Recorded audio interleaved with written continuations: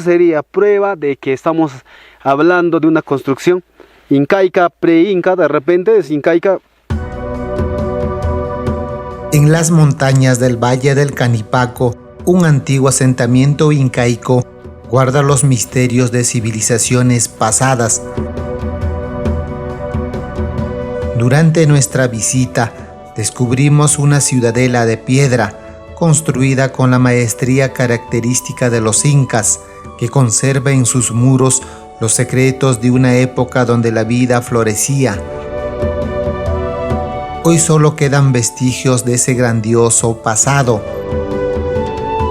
¿Podremos salvar este invaluable legado antes de que se pierda para siempre? Acompáñanos en este recorrido, donde el rescate de nuestra herencia cultural se vuelve cada vez más crucial.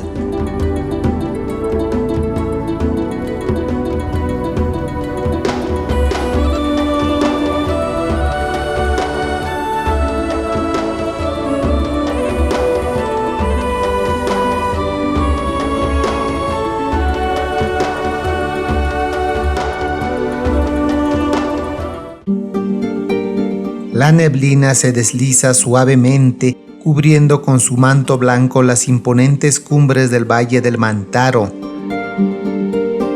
Desde este punto, nos preparamos para emprender una nueva aventura hacia el misterioso Valle del Canipaco.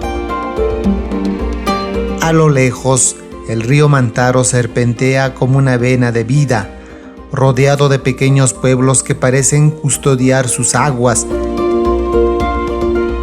El viaje apenas comienza y aún queda mucho por descubrir.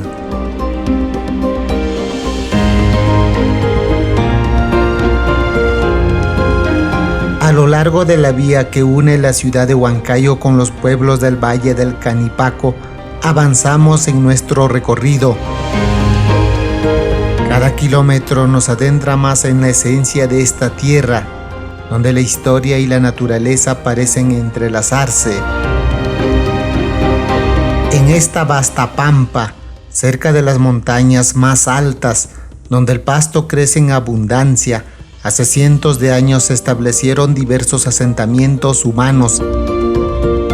Aprovechaban estas tierras fértiles para la ganadería, criando llamas y alpacas, cuyas manadas prosperaban gracias a la riqueza de estos pastos. Una tradición que ha perdurado a lo largo del tiempo. En medio de estas pampas infinitas se alza una antigua ciudadela, cuya historia, según nos cuentan los pobladores, se remonta a tiempos preincaicos e incaicos. Un lugar que parece resistir al paso de los siglos, guardando en sus piedras y caminos las huellas de civilizaciones que floreció en estas tierras. Después de un viaje de más de 1 hora desde la ciudad de Huancayo, llegamos a este lugar sagrado, enclavado en medio de una vasta llanura.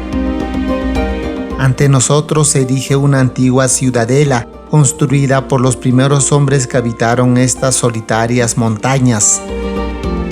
Como testimonio de su paso, dejaron estas imponentes estructuras que hoy exploraremos y conoceremos más a fondo.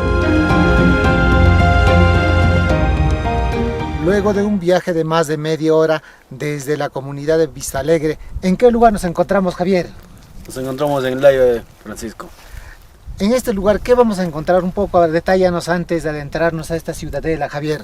Claro, bueno, vamos a ubicar, creo, una de las construcciones bien importantes que tiene bastante historia, que es Laive, ¿no? Que ha sido parte de, o hasta último, ocupación de la ex hacienda Seiscahuide.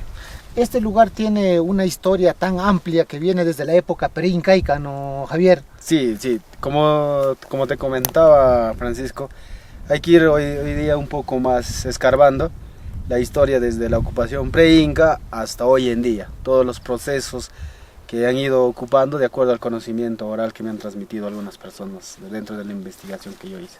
Entonces vamos a explorar esta ciudadela antigua aquí en este pertenece, Javier, a Me han comentado que es a la comunidad de Santa Magdalena, distrito de Yanacancha, provincia de Chupaca, específicamente, para que puedan ubicar, ¿no?, el lugar. Comencemos con este reportaje.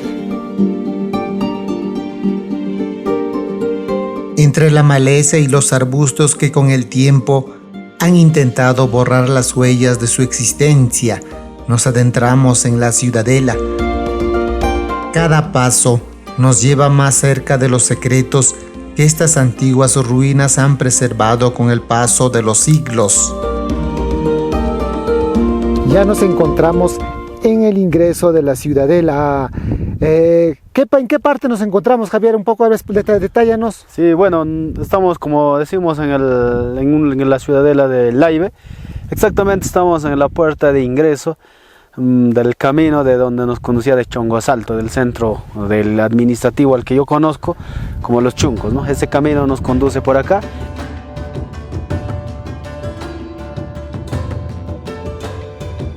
Como nos indica Javier Bello, experto en estos antiguos parajes, al ingresar a la ciudadela se puede observar los vestigios de construcciones que, aunque en ruinas, aún muestran las huellas de su pasado. Fragmentos de historias que se resisten a desaparecer por completo.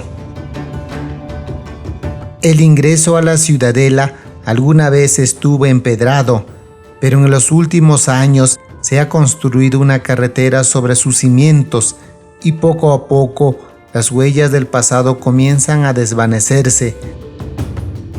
Cada piedra removida parece borrar un fragmento de la historia que una vez habitó en este lugar.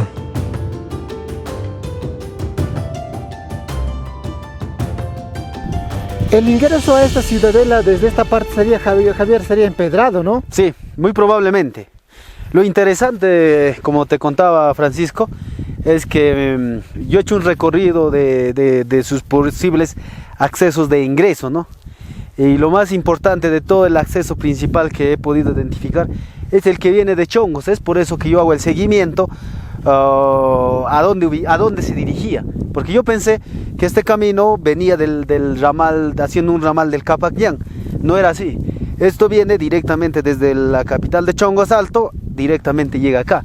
He tratado de buscar alrededor como carreteras empedrados por los costados. No, el único que tiene esa base es el que va para Chongosalto, y precisamente en el río se llama las famosas Usuchacas, al que se denomina los caminos incas.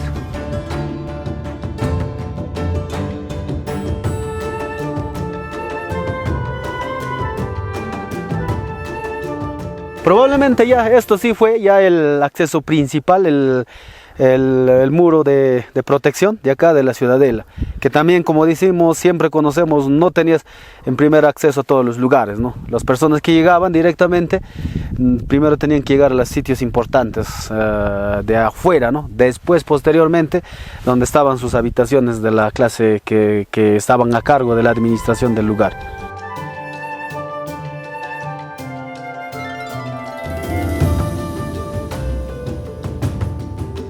Pienso yo que esto era una parte, como dice la parte de los incas, la parte ceremonial, la parte sagrada, porque justo acá había una piedra, también creo la minera lo han movido, donde me hablaba un poblador, un ex trabajador, que decía que exactamente aquí había algo importante, como una piedra roca ceremonial. Pero ahorita, como estamos visitando, estamos acercándonos a su iglesia colonial. También existe una iglesia a base de piedra, ¿no, Javier? Mira, aquí precisamente estamos encontrando una cerámica, ¿ve? Importante, interesante. Lo han movido por el movimiento de los carros, pero al parecer es un silbato o algo. Podría ser, pero debe ser de algo que está relacionado con el lugar. Lo vamos a dejar en el mismo lugar del sitio, ¿no?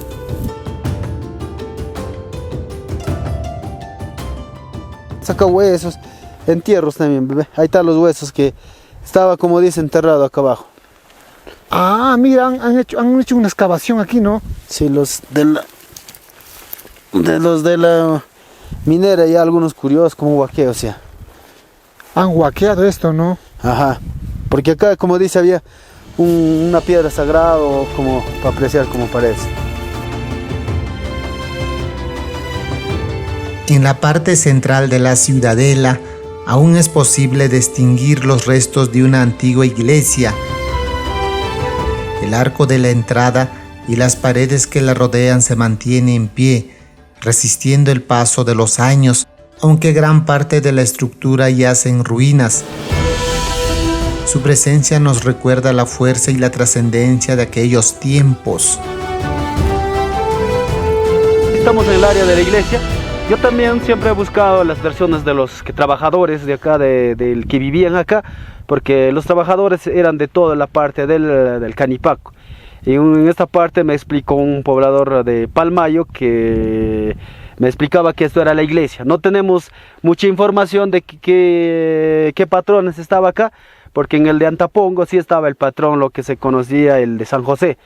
Entonces en Río de la Virgen estaba la Virgen del Rosario, pero en esta parte no logré recabar esa información, pero estamos acá, como dice, la parte de la iglesia, empezando, como dice, para el recorrido de los otros ambientes. A ver, entramos un rato a la iglesia, ¿qué dimensión tiene? A ver, hagamos un cálculo, ¿no? Un cálculo, a ver. 25 a 30 metros sería, 20 metros de largo, de ancho 4.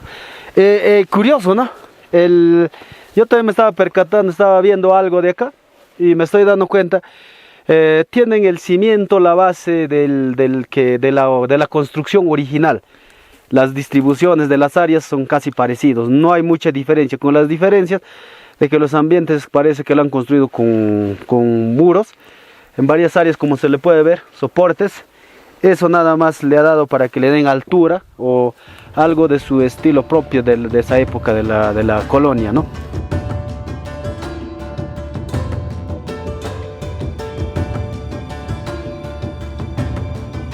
Javier, a un lado de la ciudadela principal podemos encontrar todavía unos muros antiguos incaicos. A ver, explícanos, Javier, ¿qué has encontrado? Bueno, para un poco de repente como aclarar o conocer las posibles ocupaciones desde qué tiempos, he hecho seguimiento y lo único que he podido apreciar en esta parte de acá de donde estamos, esto es al parecer un muro original de la época cuando se construyó ya como pequeña ciudad o como ciudad como estamos apreciando. Esto pienso que es ya de los incas, ¿no? De los incas específicamente, pero la parte de allá vamos a ver con también parte de construcciones inca, pero ya mezclados con las construcciones de la época colonial. O sea, la base de la construcción de la ciudadela principal es incaica.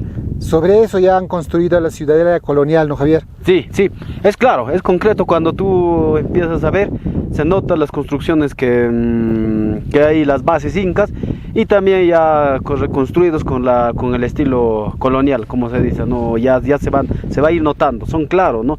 También a veces muchas personas decimos, no necesariamente tiene que ser pulido, trabajado, labrado la piedra, no. En las zonas donde estamos ahora acá, se utilizó mano de obra local, entonces la mano de obra local utilizaban este tipo de pirca o esos estilos o los mismos materiales, por lo cual muchas veces confunde decir que no es inca, pero sí es inca.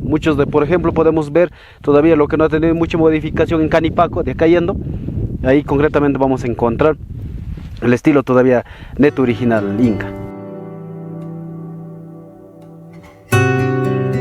Son pocas las personas que valoran profundamente el legado de nuestros antepasados, y Javier Bello es uno de ellos. Este joven ha dedicado su esfuerzo a preservar y promover los lugares sagrados del Valle de Canipaco, trabajando incansablemente para que su historia no se pierda en el olvido. Aquí nos encontramos con nuestro amigo Javier Bello, quien es promotor cultural aquí en el Valle del Canipaco, y vamos a conversar un poco de dónde nace esa idea o de ese entusiasmo de investigar nuestro pasado. Javier, a ver, cuéntanos. Bueno, el interés de todo este seguimiento de nuestras zonas arqueológicas o de nuestra historia parte a veces de la historia o de las conversaciones que tenían siempre en el pasado mis abuelos y los vecinos, abuelos conocidos, los paisanos, que hablaban de estos sitios como maravillados, como queriendo transmitirnos, ¿no? Siempre en las chacchapadas que ellos hacen en los días martes y viernes. De ahí nace ese interés de conocer un poco más del que ellos conversaban. Así empecé un poco más a profundizar de las historias.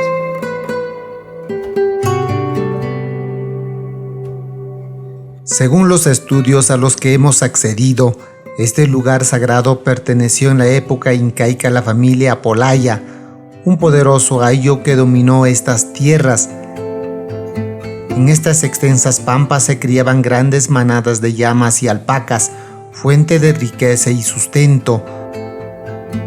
Se presume que su ocupación data de tiempos preincaicos, continuando hasta la época colonial y republicana, lo que lo convierte en un sitio de inmensa relevancia histórica y cultural.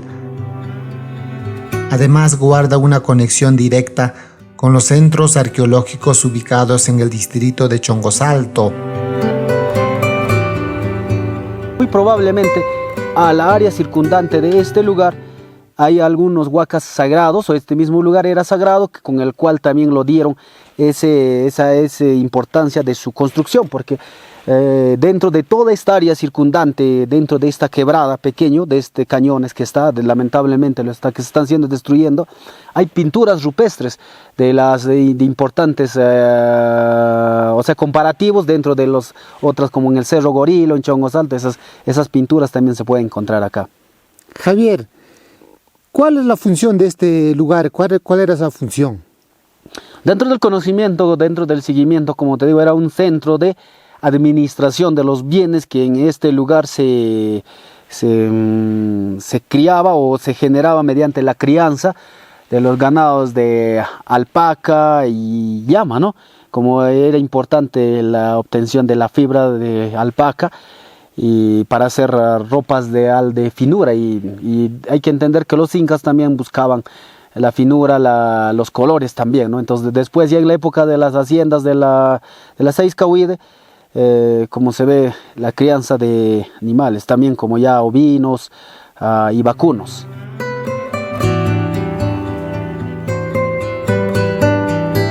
A medida que avanzamos en nuestra exploración, nos sorprende descubrir la singularidad de algunos de los muros. Son pequeñas ventanas cuidadosamente construidas, revelando un estilo particular que resalta en medio de las ruinas. Estos muros son los únicos que han presenciado la vida y la historia en tiempos remotos, guardando en su arquitectura los rastros de un pasado que todavía se siente vivo. Un poco me hace imaginar que los reconstruidores de esta ciudad también se basaron del modelo que ya existía en esta construcción. Quizás no mucho, pero de algunos modelos, lo cual también lo dejaron esos pequeños detalles para dar también ese acabado a las ciudades. Como también hemos podido apreciar a los costados, vamos a ver que le dan su estilo propio de la colonia. Entonces esto sería un estilo propio de la construcción, que sería una construcción inca. Entonces eso hay que ir detallando porque a nosotros nos interesa, ya que los apolayas son las personas que gobernaron, que se ha estudiado mucho de las apolayas, que era una de sus fuentes de riqueza, era este lugar. Entonces conocer parte de nuestra historia también es conocer dónde se establecieron y de dónde construyeron su fuente de riqueza.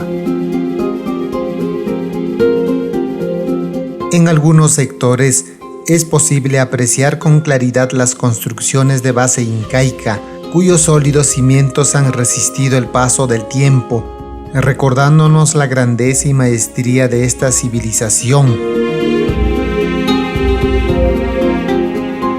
Nuestros trabajos de los incas con trabajos locales, porque hay que entender que los incas, al someter a los lugareños, en las que conocemos en las mitas del Inca, los lugareños mismos lo trabajaban.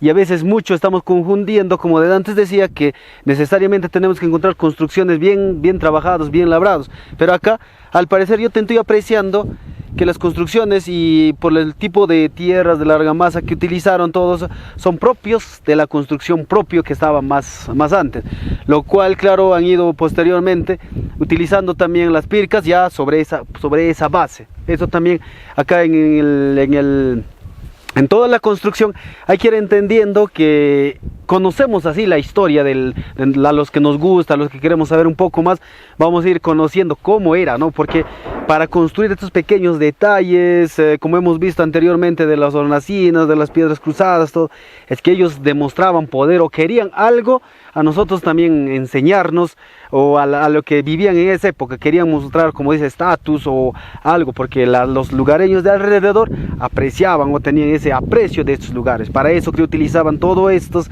construcciones, y también estamos apreciando la base de la construcción original. La ciudadela está dividido en varios sectores, con amplias plazas rodeados por numerosas viviendas. Todas ellas fueron construidas con piedra, reflejando la destreza de sus antiguos habitantes. Este rincón parece haber sido pensado en una vida comunitaria, donde la plaza era el corazón de la actividad cotidiana. Javier, en nuestro recorrido hemos observado algunas viviendas. ¿Qué características de qué tipo de construcción han utilizado aquí, Javier?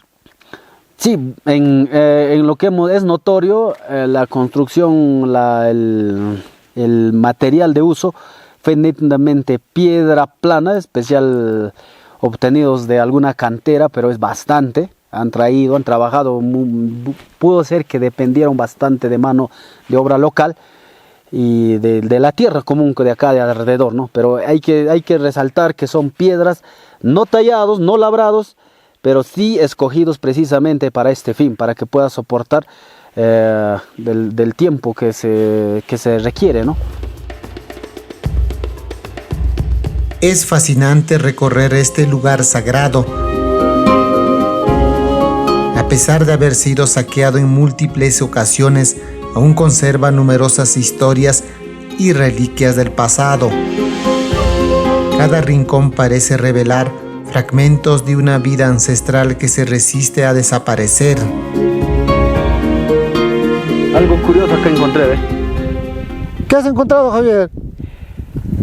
Lo curioso es que justo desde antes estaba un poquito, esto es emocionante, ¿no? Desde antes quería un poco identificar o mostrar sustento a nuestras conversaciones, a este recorrido. Al parecer se ha podido, mira, encontrar, está con la tierra, podría ser un tupo pequeño, ¿eh? Es un tupo pequeño, muy probablemente, pero hay que conocer, es de color verdoso. Pero precisamente como dice, estaba acá, porque yo he visto estos tupos que son se ve común en Chongosalto, en las ruinas de Cutulo, pero también lo curioso es que estemos aquí, precisamente todo ahorita aún todavía sucio.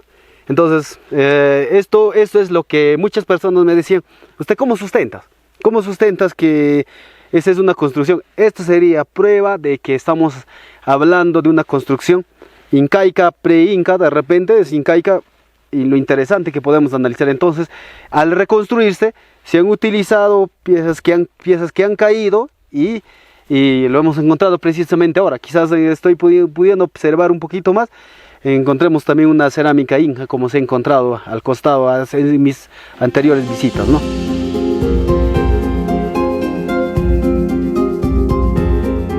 Aquí ingresamos a una de las viviendas y podemos apreciar todavía la arquitectura, cómo han construido los primeros hombres que habitaron en este lugar. Como podemos observar, aquí está la cama.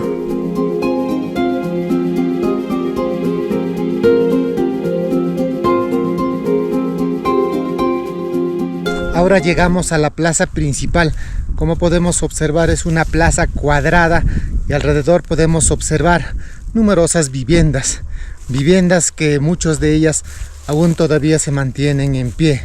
Comenzamos a explorar a cada una de las viviendas y también detallar cuál es la historia de esta ciudadela antigua. Desde la plaza principal de la ciudadela se puede observar los imponentes viviendas que la rodean, la mayoría de gran altura. Estas estructuras dominan el paisaje como testigo silencioso de la vida que alguna vez floreció en este lugar. Ahora, Javier, ya nos encontramos en la parte central de esta ciudadela. ¿Cuántos metros calculas aproximadamente que tiene las construcciones, Javier?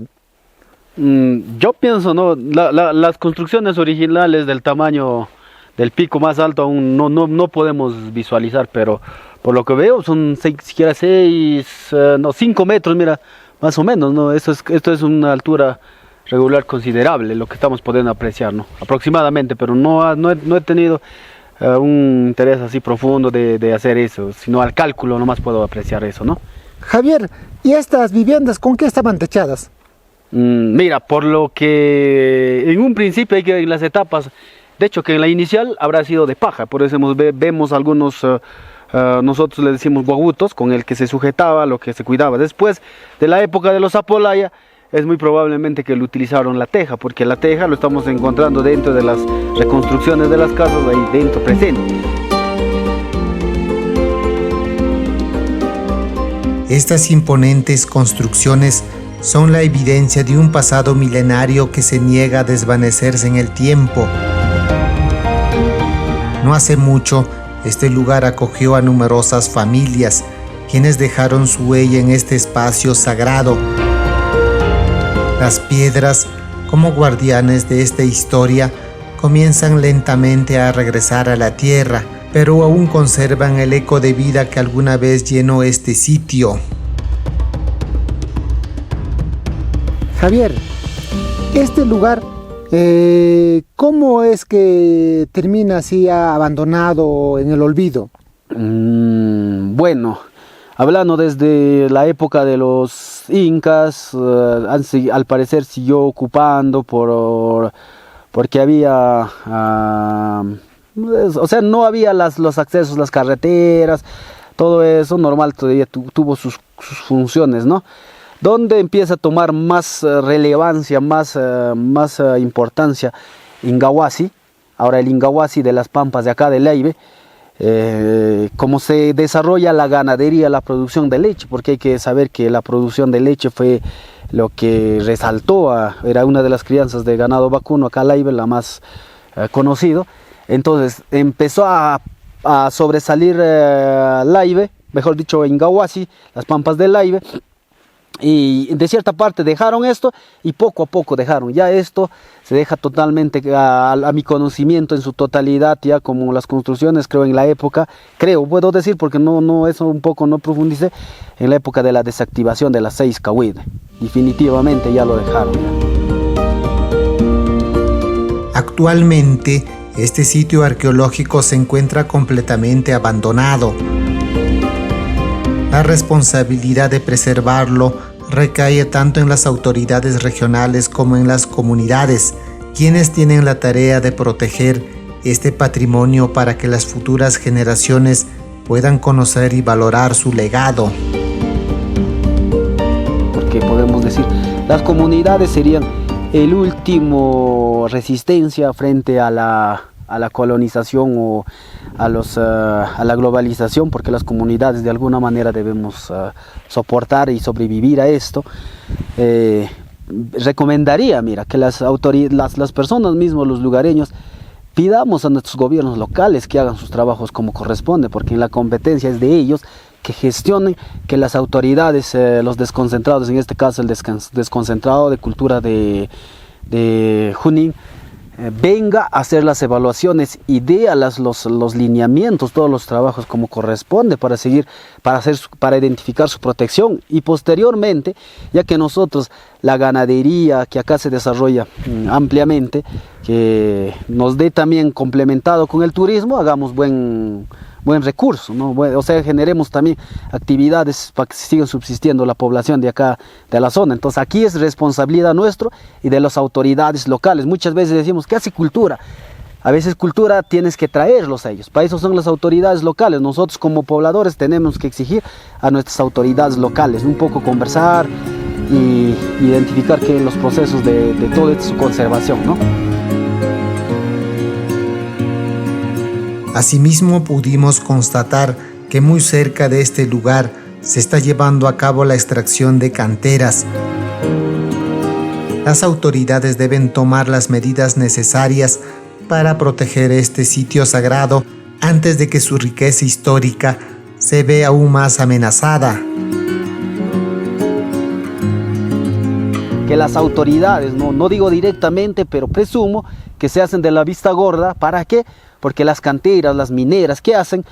Se dedican a corromper a sus autoridades, se hacen de la vista gorda y siguen desconociendo, pero se está dañando, porque ese daño ya es irreparable, porque se estaría dañando todo el área circundante, el contexto, para que nosotros entendamos mejor sobre el pasado, no sobre la conservación, ya que tanto se habla de la conservación de nuestro planeta.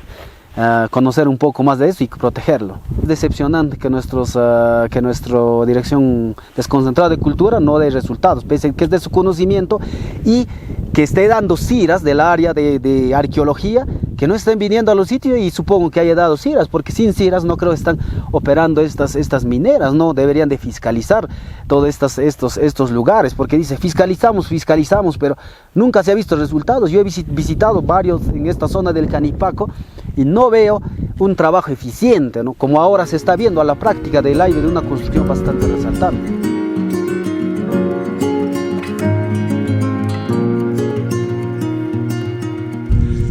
Seguimos recorriendo esta ciudadela antigua de Laibe. También en este recorrido nos acompaña mi amigo Adrián. Adrián, ¿qué te pareció este recorrido de esta ciudadela? ¿Qué tal, Francisco? Sí, efectivamente, como ya se venía mencionando en este video, pues es un lugar bastante impresionante que requiere de muchos cuidados en el aspecto de la promoción turística y también del tema de las mineras y de las empresas que explotan los recursos naturales muy cerca de acá. Como ya hemos podido ver, literalmente a unos metros nada más se está explotando el diferente material de toda esta zona, y es algo que se debería de conversar bien con las autoridades, ¿no? Y no solamente para promover de manera turística, sino también para preservarlo y que más personas vengan a visitar este tipo de lugares.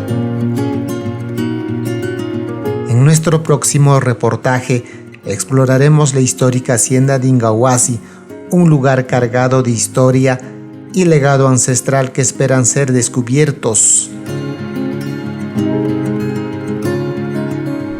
Este fue nuestro breve recorrido por uno de los pueblos mágicos del Perú profundo, conocido como Yanacancha. Nos vemos en un próximo reportaje. Antes de terminar este video, te invito a que te puedas suscribir al canal, dejarnos tu comentario y compartir este video con tus amigos y familiares. Tinkunan chikama yachta masiguna, kausachon Perú yachta.